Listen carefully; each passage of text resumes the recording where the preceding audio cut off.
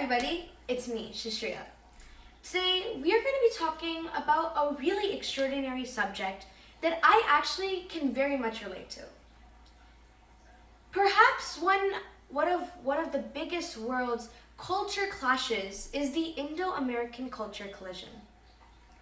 There are these two large and densely populated countries on two different sides of the world, and two countries which originate with completely opposite colors and cultures. But you know what they say, opposites attract. Today in the United States, there are so many Hindus and Muslims that originate from India. And in India, mainly in the southern parts of India, such as Kerala and Tamil Nadu, we see so many European and American originating Christians and Jews.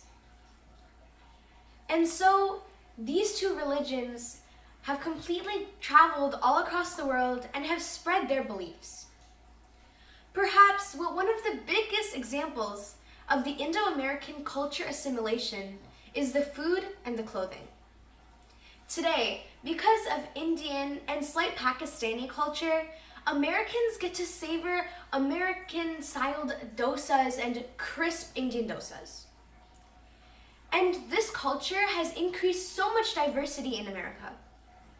America has essentially even Americanized Indian flatbread, which is called naan.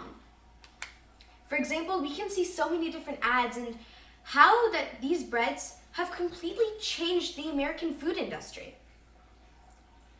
In India, croissants and different styles of American and European bread is now widely available in so many different restaurants, and American food chains such as Domino's and McDonald's and Starbucks are one of the biggest contributors to other styles in the food industry of India.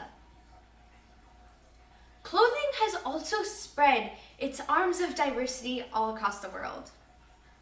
In America, we can see so many different Indian stores with variety of colors of lehengas and saris and cholis. However, we can see that Western style of clothing is especially dominant. For example, here I am wearing this beautiful frog and an American European style cardigan. And in India, we can see so many people wearing American styles of ripped jeans and graphic t-shirts. However, that does not mean that the Indian diversity of clothing has faded away in America. You can go to a lot of Indian stores here in a variety of different outlet malls, and you can get a lot of beautiful kurtis and a lot of beautiful lehengas. It's just not the visual appeal of culture assimilation we see. It's also the government style and the beliefs that everyone has.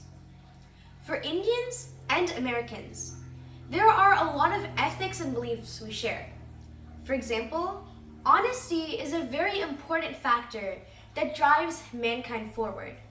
And discipline is a seed sowed in every single child from a young age in both cultures. These are two of the world's largest and strongest democracies, and they both have a style of way that they select their candidates. For example, in both countries, there are at least 2 or 3 very strong political parties. For example, in the United States, as we all know, we have the Democrats and Republicans, as well as an independent party. In India, each state has their own small party which represents the candidate which shows that their beliefs are the strongest. In both of these countries, a state sends their more electoral candidate to stand for what they call is their leader. In America, we have a president, and as in India, however, their stronger candidate and leader is called a prime minister, or short-termed a PM. And this also comes in a lot of different European countries. For example, Great Britain has a PM or a prime minister. They both have their styles of democracy, and voting process is very similar. It is what the people say and what the people choose and what kind of leader that they want to see in their country. As someone who is Indian American, I can see this diversity growing every day. I have a lot of friends that are both Caucasian and Indian, and this diversity is very sweet to me. Every day at school, I get to experience a lot of new kind of experiences, and I get to learn so much more about both my culture and also more about the European originating cultures. And this term is known as culture assimilation, which you may have heard me say this several times in this speech. Culture assimilation is when two styles of culture come together as one. For example, my clothing and my style of speech and accent may be more European American. However, as you can see, I have that Indian within me. For example, right now I'm wearing an Indian style of art called mehndi, or as other people call it, henna. So culture assimilation is very important for our industry. And this not only helps with diversity and us accepting one another, but it helps with our economies as well.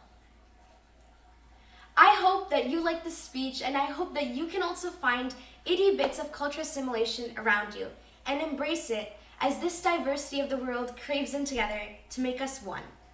Thank you very much. Have a great day. Bye.